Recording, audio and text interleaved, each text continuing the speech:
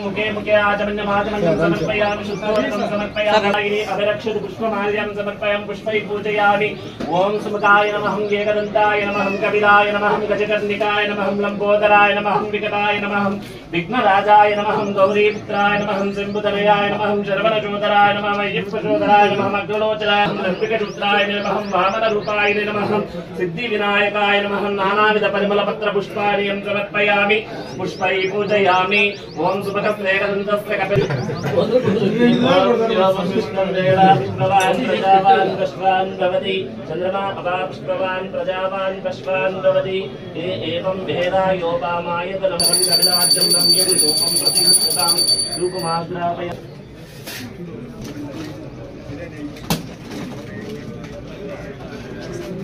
ओम हिरण्यपात्रं मलव्य पूर्णं ददाति मलव्योधानेति एकदा ब्राह्मणोपहारति एकदैव यजमान आयुष्येषु ददाति वेदोदककर्पूरनीराजनं दर्शयामि रक्षां धारयामि नमस्करोमि सर्वो जनाय सुखनो मनोवाञ्छः फलसिद्धिरस्तु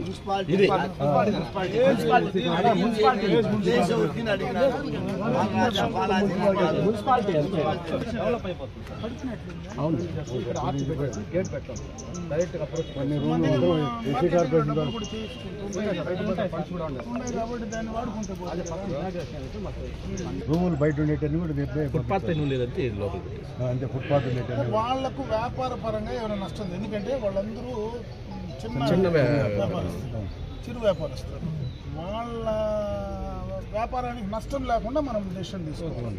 అది వాళ్ళతో కూడా మాట్లాడి కన్విన్స్ చేసి మీకు ఆడికంటే చేయిస్తారా, మీకు ఏం కావాలో చెప్పి మంచిగానే తీసుకొచ్చే ప్రయత్నం చేయండి అంటున్నా. ఫోర్స్ఫుల్గా చేయాలంటే 5 నిమిషాలు పడుతుంది, దానివల్ల నష్టం కదా మనకు. వాళ్ళ రోడ్లో కూడా ఫ్రీ ఆఫ్ కాస్ట్ ఏం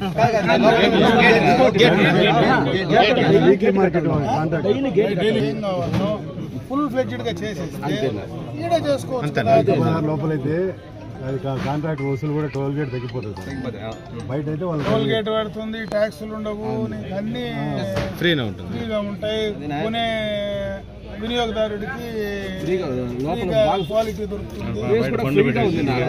వచ్చి కొనుక్కోవచ్చు.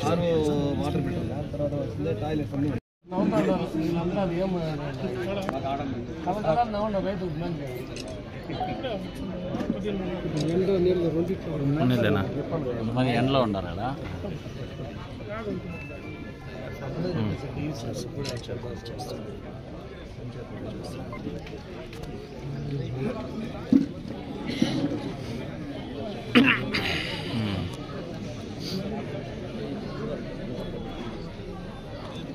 ఓకే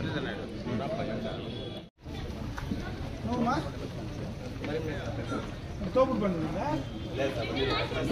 ఏ బండిలో చేస్తా?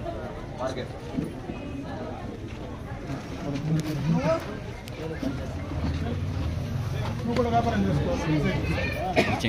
చేస్తావా?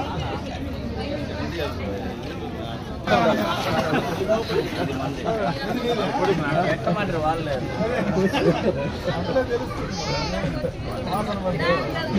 వాళ్ళకి చెప్తా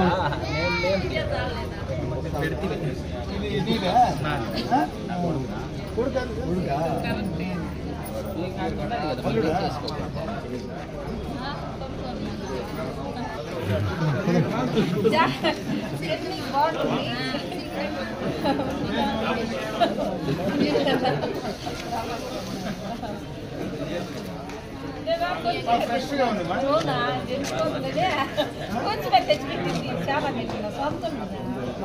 అవునా? ఎంతమ్మా ఇది? 10 రూపాయలు. 10, 20 3 ఇస్తాం. ఎత్తుకుందా? 10 కట్టా. ఒకటి కొనాలి కదా.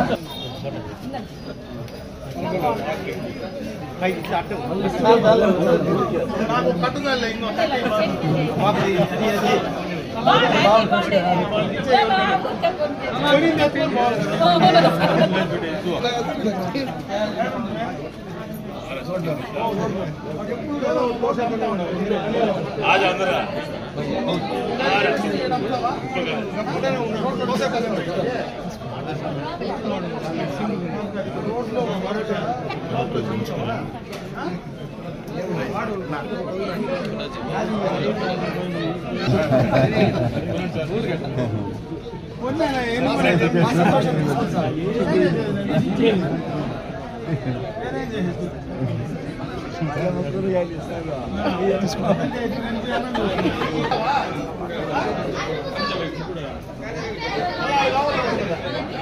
ఫోటో నుంచి వచ్చేది అమ్ముకుంటాను.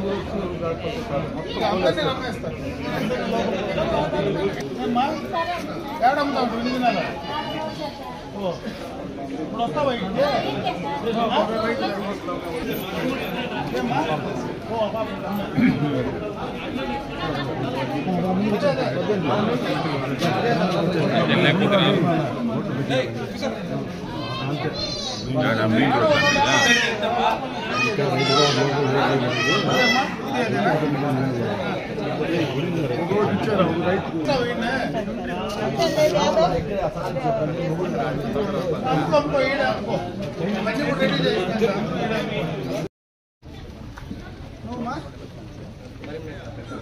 తోపుడు బండి ఉందా?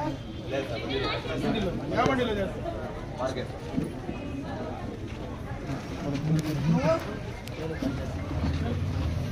నువ్వు కూడా వ్యాపారం చేసుకో. చేస్తావా?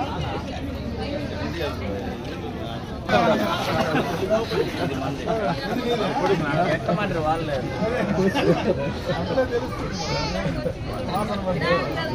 వాళ్ళకి చెప్తా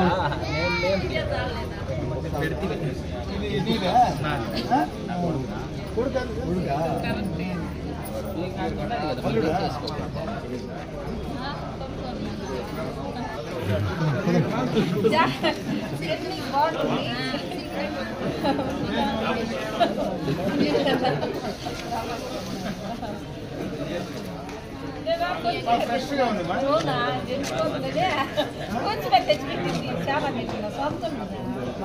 అవునా? ఎంతమ్మా ఇది? 10 రూపాయలు. 10, 20 3 ఇస్తాం. ఎత్తుకుందా 10 కట్టా ఏదో ఒకటి కొనాలి కదా.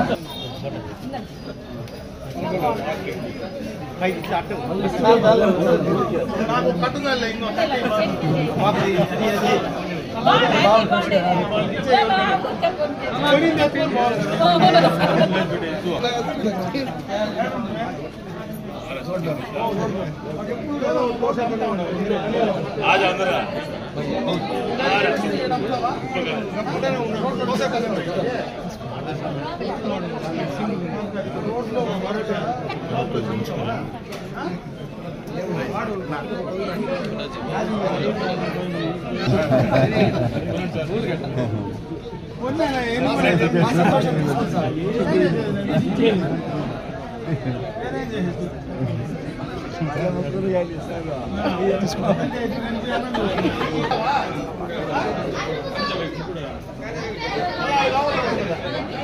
ఫోటో నుంచి వచ్చి అమ్ముకుంటారు అందరినీ నమ్మేస్తారు. ఏడమ్ముతా ఉంటుంది 8 నెలలు. ఇప్పుడు వస్తావా ఇంటికి? ఏమ్మా?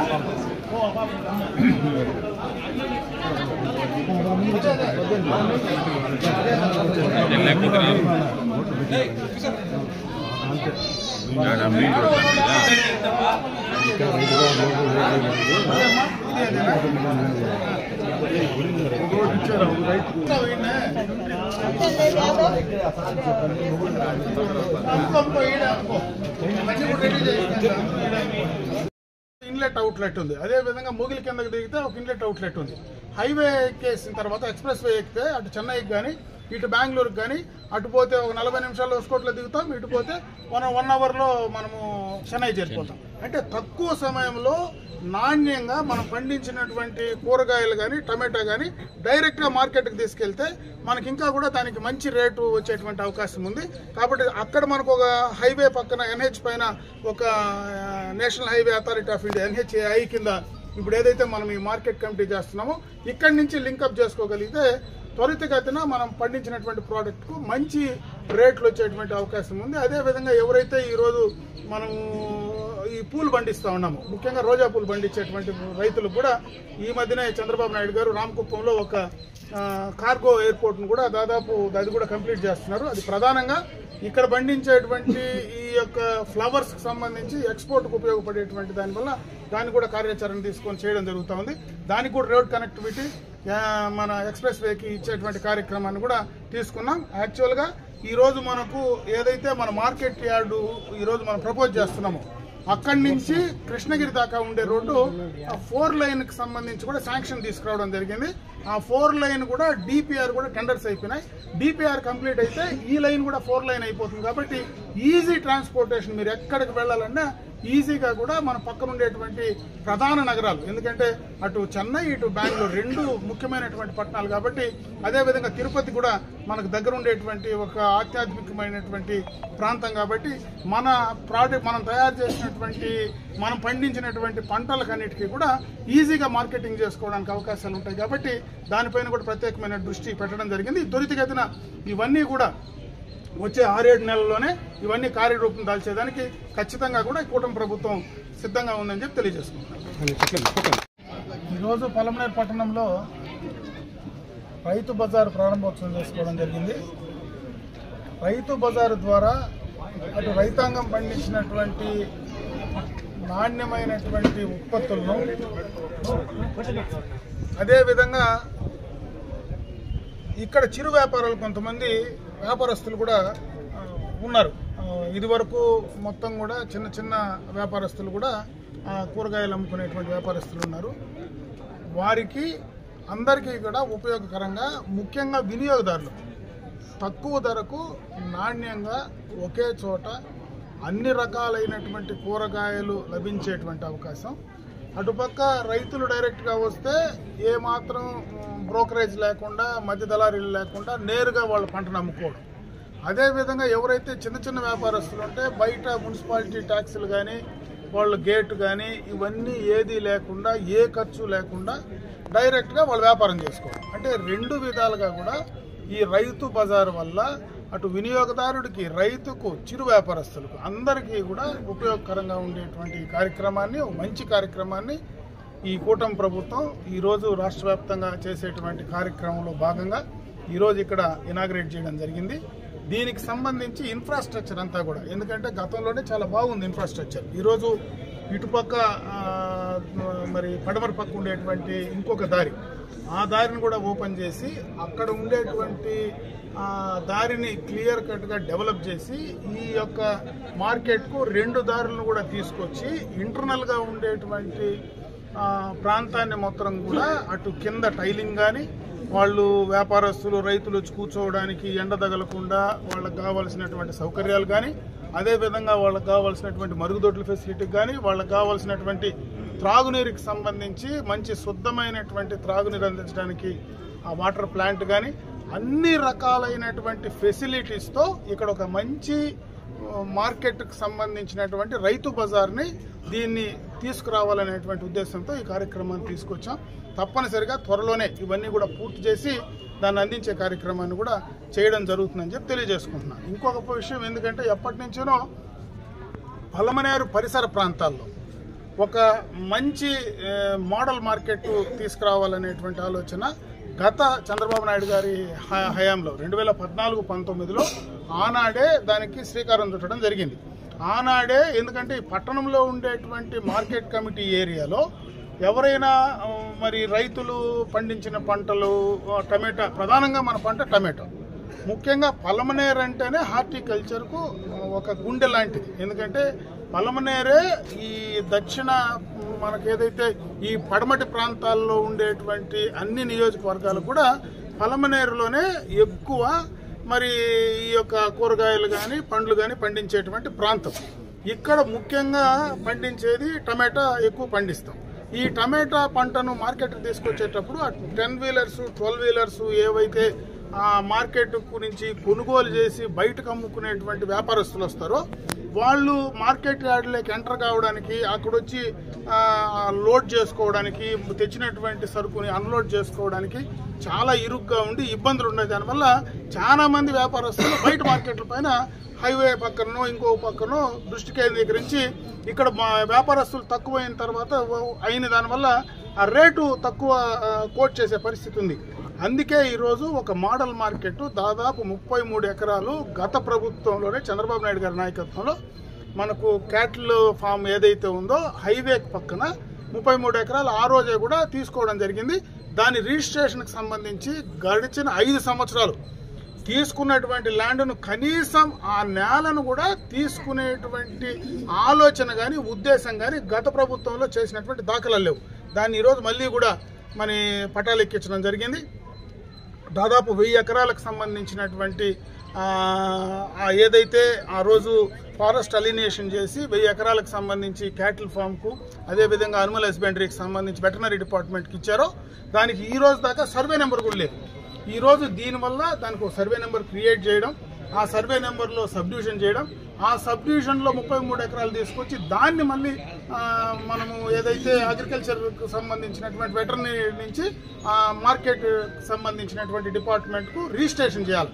ఈ ప్రక్రియ మొత్తం కూడా ఈ 4-5 నెలలుగా ఆ కార్యక్రమాన్ని చేస్తూ ఉన్నాం. అది ఈ వారంలోనే అది కంప్లీట్ అయ్యేటువంటి కార్యక్రమాన్ని కూడా తీసుకోబోతున్నాం. మొత్తం ముందు ఆ 33 ఎకరాలు ల్యాండ్ మన మార్కెట్ కమిటీకి వచ్చేసిన తర్వాత దాన్ని ఒక మోడల్ మార్కెట్గా తీర్చిదిద్దడానికి ప్రత్యేకంగా టమాటా చేసే వ్యాపారస్తులకు, అదేవిధంగా మామిడికి సంబంధించినటువంటి ఈ సీజన్లో ఏదైతే ఉందో దానికి సంబంధించి కానీ వాటికి అక్కడ అంత పెద్ద ల్యాండ్ ఉంటుంది కాబట్టి అక్కడ ఈజీగా హైవే పైన కనెక్టివిటీ కూడా బాగుంది. ఎందుకంటే ఇది ఒక అదృష్టం కూడా మనకు. ఈరోజు పలమనేరు అనడం ఈ యొక్క హార్టికల్చర్ కానీ, అదేవిధంగా ఈ రైతులు పండించేటువంటి కూరగాయలకు సంబంధించి కూడా ఈ ప్రాంతంలో మనం ఉండడం నిజంగా కూడా అదృష్టం.